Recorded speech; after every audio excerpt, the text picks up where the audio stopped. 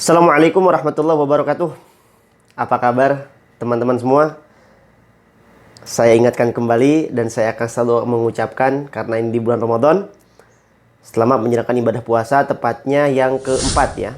Tepatnya yang keempat besok dan malam ini pelaksanaan malam taraweh untuk puasa yang keempat. Mudah-mudahan senantiasa dilancarkan dan kita semua terjauh dari yang namanya virus COVID-19. Tetapi perlu diketahui, saya sekarang tidak akan membahas tentang lockdown. Saya tidak akan membahas tentang COVID-19. Saya tidak akan membahas tentang kebijakan Arab Saudi, tidak ya. Dalam kesempatan ini saya akan sharing berbagi pengalaman pribadi. Yang mana sekarang kan saya itu di Arab Saudi, tentunya ada proses, tentunya ada aturan, ada ketentuan-ketentuan sebelum saya berangkat ke Arab Saudi ini, ataupun sebelum menjadi tenaga kerja Indonesia dan sekarang menjadi PMI ya, dulu itu TKI, sekarang menjadi PMI. Perlu diketahui ada ketentuan-ketentuan ataupun ada syarat-syarat sebelum kalian semua berangkat ke Arab Saudi ataupun ke negara-negara yang memang negara tersebut menjadi tempat ataupun menjadi tujuan teman-teman ingin bekerja di negara itu ya. Jadi begini, sebelum saya lanjut ya ke pembahasan, yaitu syarat dan tips untuk menjadi TKI ke Arab Saudi ataupun ke negara-negara seperti Taiwan, Hong Kong, Korea Selatan dan sebagainya. Saya akan memberikan sedikit tips yang mana kalau bisa ya, di Indonesia itu kan ada istilahnya itu PT. Jadi carilah PT yang memang mempunyai izin, agen yang mempunyai izin. Dan kalau bisa pun kalian jangan pakai sponsor, teman-teman. Kenapa? Banyak sekali contoh teman kita yang memang ditipu mentah-mentah, dijanjikan asalkan pembayaran kamu bayar dulu sekian, nanti kamu pokoknya tanggung jawab saya yang memberangkatkan, dan itu sudah ada contoh. Misalkan belum ada visa, dijanjikan sudah ada visa, proses berjalan tetapi visa tidak keluar, malahan kita uang habis dan kita pun tidak berangkat ke negara tujuan kita. Oke, lanjut. Buat teman-teman khusus ya, ini khusus, bagaimana sih caranya ataupun apa sih syarat dan tips kalau misalkan kita ingin pergi ke Arab Saudi tanda kutip menjadi seorang TKI. Yang akan saya bahas yang pertama adalah sopir ya. Ini khusus sopir. Sopir ini minimal umur untuk berangkat ke Arab Saudi untuk menjadi TKI, khusus untuk melamar menjadi sopir, umurnya itu minimal 25 tahun, maksimal 45 tahun. Nah, jadi buat teman-teman semua yang akan melamar sebagai sopir ke Arab Saudi, entah itu sopir perumahan, entah itu sopir perusahaan, entah itu sopir bis ya. Jadi minimal umurnya itu sekitar ataupun minimalnya 25 tahun, maksimal 45 tahun. Ini untuk sopir ya. Yang kedua, worker. Worker itu adalah karyawan atau pekerja. Ada yang kerja di restoran, ada yang kerja di supermarket, ada yang kerja di Masjidil Haram, ada yang kerja di Masjid Nabawi. Itu adalah worker ya, karyawan, pegawai. Untuk worker minimal umurnya itu sekitar 22 tahun minimal dan 35 tahun maksimal. Ya. Jadi yang sudah umurnya sekitar 36, 37 sampai 40 itu tidak masuk untuk kategori melamar pekerjaan untuk menjadi pegawai atau karyawan atau disebut dengan worker. Itu yang pertama ya.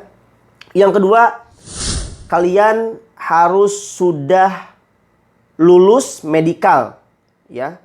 Lulus medikal. Nah ini khusus untuk medikal teman-teman, kalau misalkan bisa ya dan kalian paham prosedur untuk melaksanakan medikal ini, lakukanlah medikal secara mandiri. Pengalaman saya dulu ketika sebelum kesini ya, sebelum saya ada di Indonesia, saya itu medikal sampai 1,5 juta. Itu dulu. sampai 1,5 juta. Bahkan ada teman saya yang memang tidak tahu menau, taunya ya dibimbing oleh orang-orang PT dan katanya kamu harus bayar sekitar 2 juta. Kamu harus bayar sekitar 1,5 juta. Sekitar tahun 2013 kalau tidak salah, saya lupa. Itu saya sekitar bayar 1,5 juta. Padahal itu biaya untuk melaksanakan medical itu sekitar berapa? 800.000, bahkan ada yang mengatakan 700.000 rupiah. Jadi kalau misalkan paham, kalau misalkan tahu caranya, laksanakanlah ataupun silakan medical secara mandiri. Yang kedua, siapkan dana. Ini khusus untuk TKL, tenaga kerja laki-laki ya. Siapkan dana untuk membayar proses pemberangkatan dari awal sampai akhir. Siapkan dana minimal sekitar 10 jutaan. Ya, itu untuk biaya makan dan sebagainya. Siapkan dana untuk proses pemberangkatan dan proses selama kalian semua itu pulang pergi dari rumah ke Jakarta ataupun yang dari daerah saya khususnya itu untuk transportasi dan segala macam. Pokoknya siapkan dana ya. Yang ketiga, yang keempat, untuk calon TKI sopir. Nah, ini kembali untuk sopir. Untuk calon TKI ataupun PMI sopir, ditambah persyaratan SIM, surat izin mengemudi, sesuai lowongan yang ada dan harus lolos ketika drive test, teman-teman. Nah kan, ini untuk sopir khusus karena sopir kan khusus ya. Jadi beda sekali antara pekerjaan sopir dengan karyawan ataupun dengan worker. Kalau sopir fokus yang menyetir kemana-mana, majikan perlu kita harus siap. Kalau misalkan di company kemana-mana ataupun bos kita menyuruh kemana-mana, kita harus siap ya. Jadi kalau untuk sopir harus mempunyai SIM. Yang kelima, SKCK ataupun surat keterangan catatan kepolisian. Nah, untuk SKCK ini ya, kalian bisa membuat di tempat asal daerah kalian masing-masing. Contohnya saya dulu di Cianjur, saya membuat di kepolisian Cianjur SKCK. Terus yang keenam adalah paspor. Nah, ini tips juga ya. Untuk paspor, sekiranya kalian paham dan memang bisa membuat secara mandiri, buatlah paspor ini dengan persyaratan yang ada, yang diminta oleh pihak imigrasi. Persyaratannya seperti KTP dan sebagainya. Jadi buatlah paspor ini pun secara mandiri. Karena pengalaman saya, kalau misalkan memang diantar oleh pihak PT, itu biasanya itu kenanya lebih mahal. Dulu saya bayar 1 juta. Ternyata pembiayaan paspor dulu itu hanya sekitar 350.000, teman-teman. Ya, jadi ini sedikit berbagi pengalaman juga, tidak apa-apa. Jadi saya kasih tips buat semuanya. Kalau misalkan bisa dan tahu prosedurnya untuk pembuatan paspor, silahkan kalian buat secara mandiri ya. Yang ketujuh, KTP. Ya, ini adalah syarat untuk menjadi seorang TKI.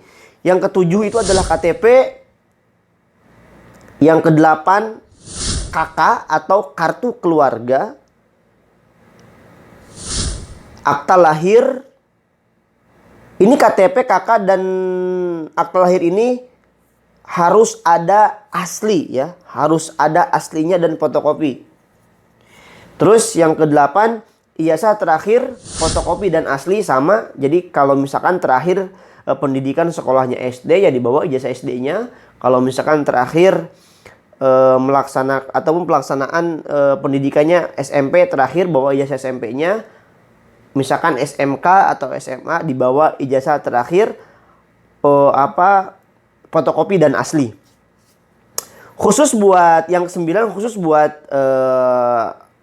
para wanita ataupun calon TKI wanita, harus mempunyai surat izin dari suami.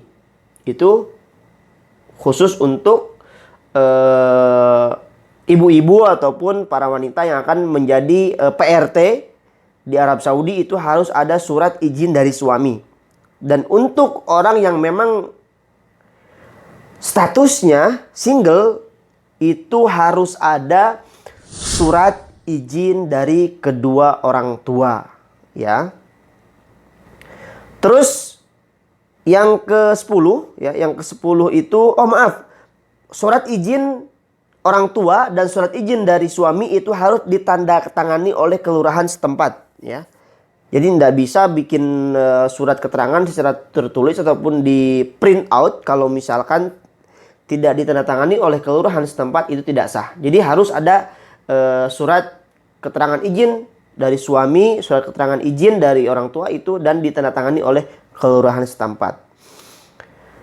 Ini sudah umum ya, pas foto berwarna ukuran 4x6 cm dengan background putih sebanyak 2 lembar ya. Terus pas foto berwarna ukuran 4x6 dengan background merah sebanyak 12 lembar. Setelah itu wajib mengisi formulir, mendatangani peraturan dasar proses pemberangkatan. Oke, ketika nanti kalau misalkan memang PK-nya sudah keluar, perjanjian kerja, tolong sekali ketika membaca peraturan PK ya, peraturan perjanjian kerja PK, itu kalian baca dengan teliti. Kalau misalkan pihak PT hanya menyodorkan dengan bahasa Inggris ataupun dengan bahasa Arab, minta translate ya, ataupun minta translate secara tertulis kepada bahasa Indonesia, dan kalian foto serapih mungkin. Kenapa? Ketika kalian menandatangani surat perjanjian kerja ya, ketika nanti setibanya di Arab Saudi, gaji tidak sesuai, jam kerja tidak sesuai, kontrak tidak sesuai, kalian bisa mengadu ke pihak KJRI, kalian bisa mengadu ke pihak KBRI dengan ketentuan kenapa kok saya tidak sesuai dengan perjanjian, surat perjanjian kerja sewaktu saya tanda tangan di PT. Jadi kalian terkait surat perjanjian kerja ini, kalian memang harus teliti membaca dan harus memang sangat teliti dibaca dengan seteliti mungkin ya.